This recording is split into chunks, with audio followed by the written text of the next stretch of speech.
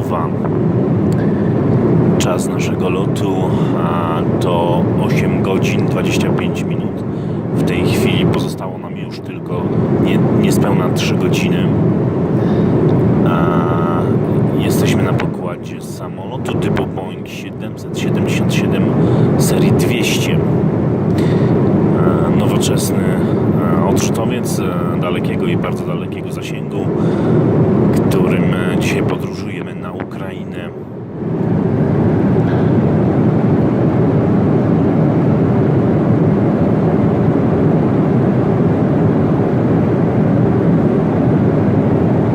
Sky Interior Cabin.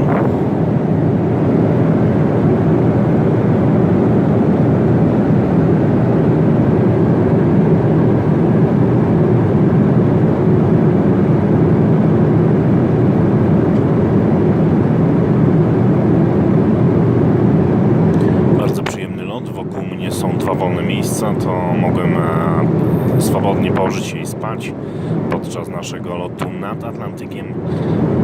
W tej chwili jesteśmy już nad terytorium Europy.